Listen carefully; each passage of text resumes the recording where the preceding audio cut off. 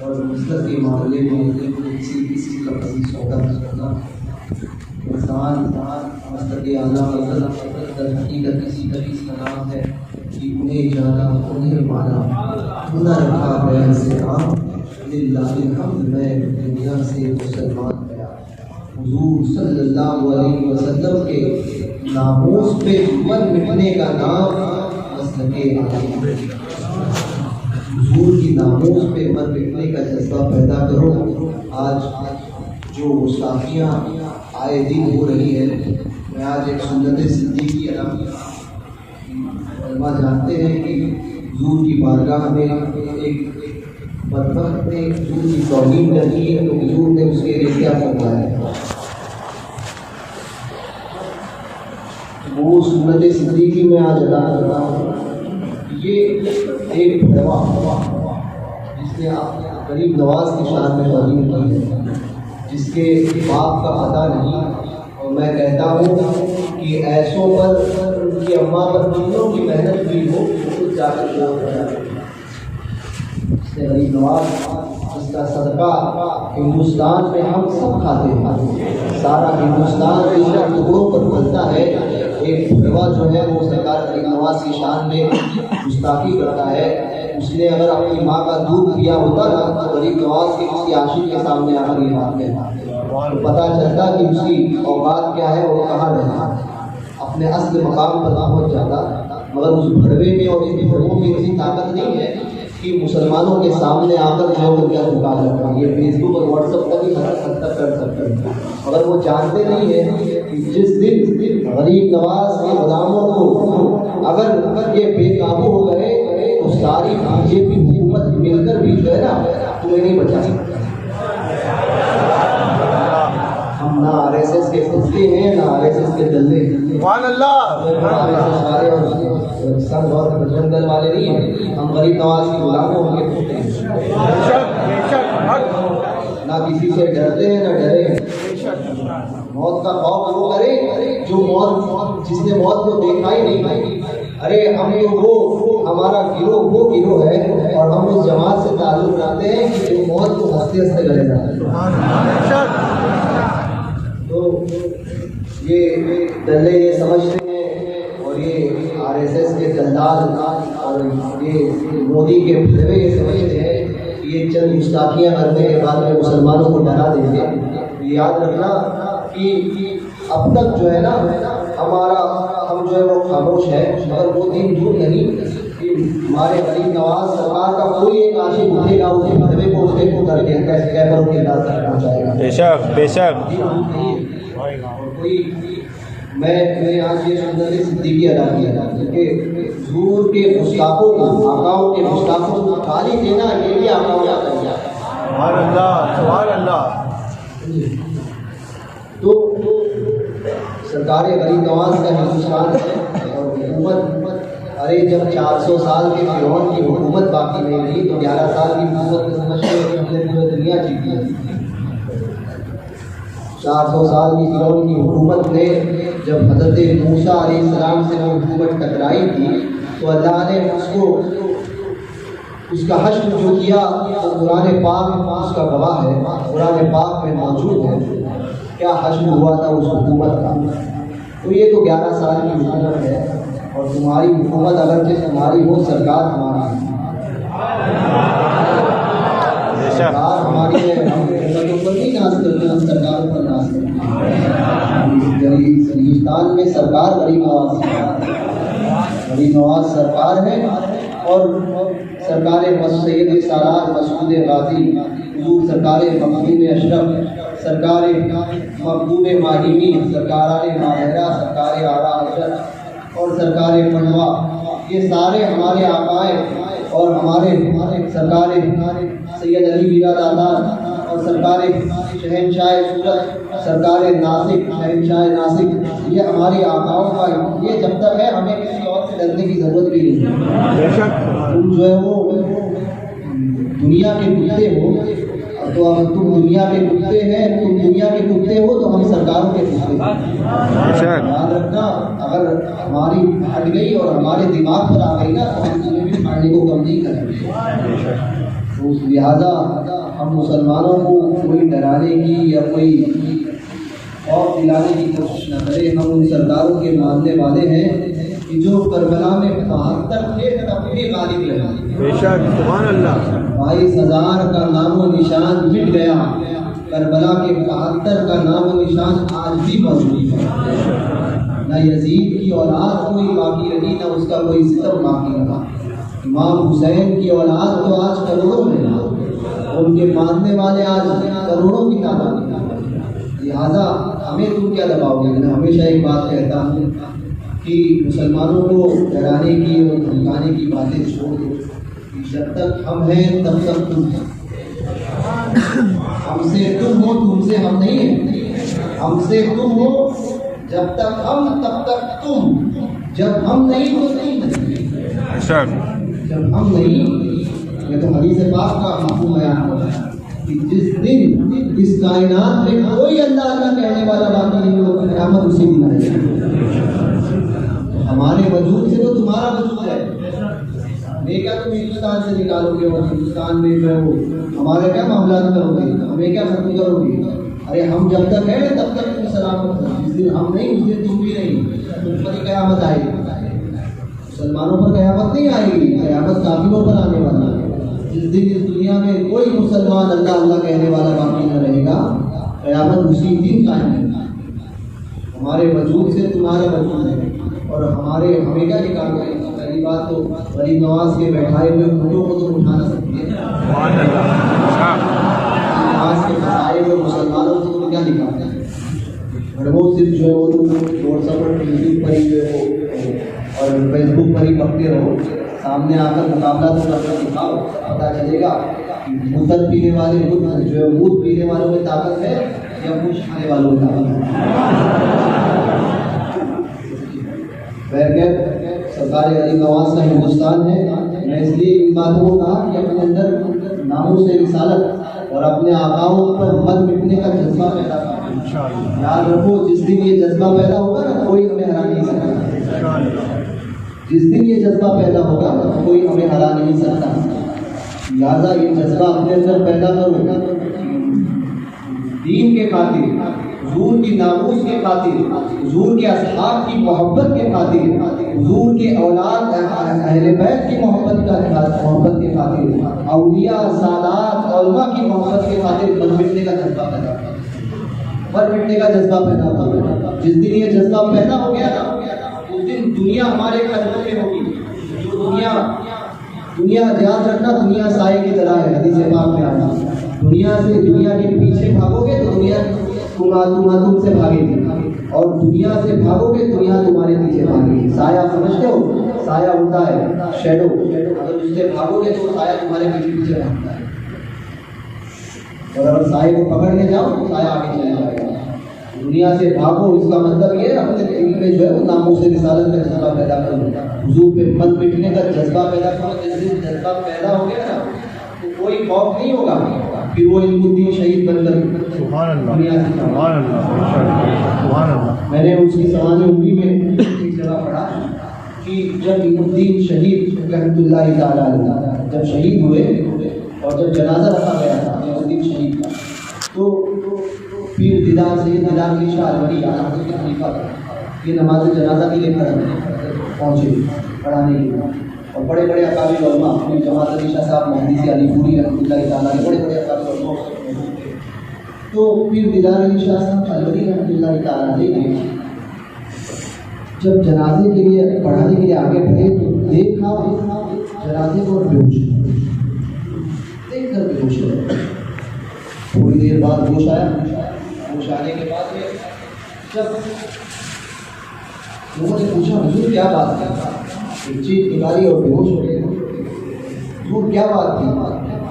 فرمایا میں علم الدین کا جنازہ پڑھانے آیا، ساری زندگی یہ تمنا تھی کہ حضور علیہ السلام کا دیدار ہو جائے، آج وہ تمنا علم الدین کے جنازے میں میں نے پوری کی۔ میں نے دیکھا کہ میرے آقا علیہ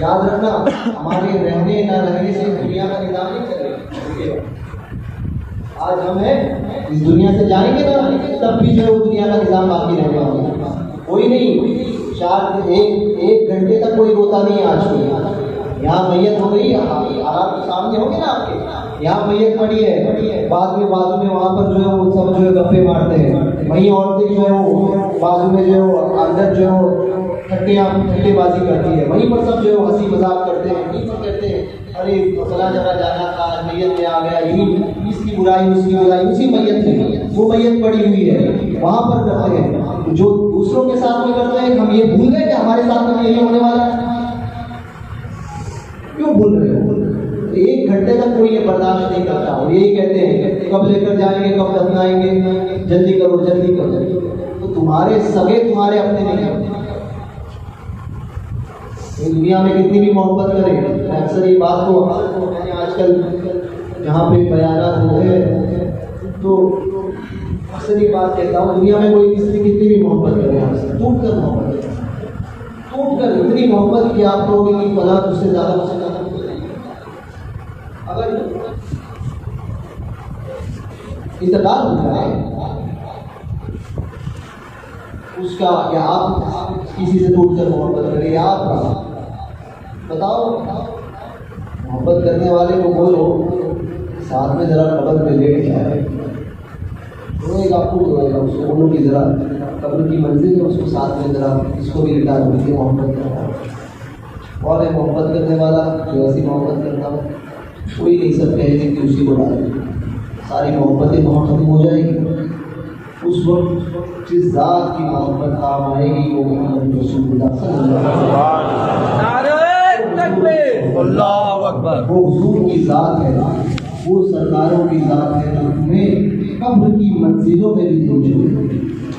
تو دوستی اور محبت ان سے کرو جو تمہیں قبر کی منزلوں تک قبر کی منزل اور آخرت کی منزل میں کام ہو. دنیا جو ہے وہ جی لگانے کی جگہ نہیں ہے. شاعر نے کہا تھا نا جگہ جی لگانے کی دنیا نہیں ہے یہ عبرت کی چاہ ہے تماشا نہیں ہے. حاصل کرو عبرت سوچو کہ ہم کہاں ہیں ہم نے کیا کیا کچھ لیکن نہیں کما پایا کیا ہے ہمارے دامن میں نہ ٹھیک سے نمازیں ہیں نہ عبادتوں کا سلیقہ ہے. ہمارے دامن میں اگر دیکھا جائے تو گناہوں کے علاوہ ملے گا.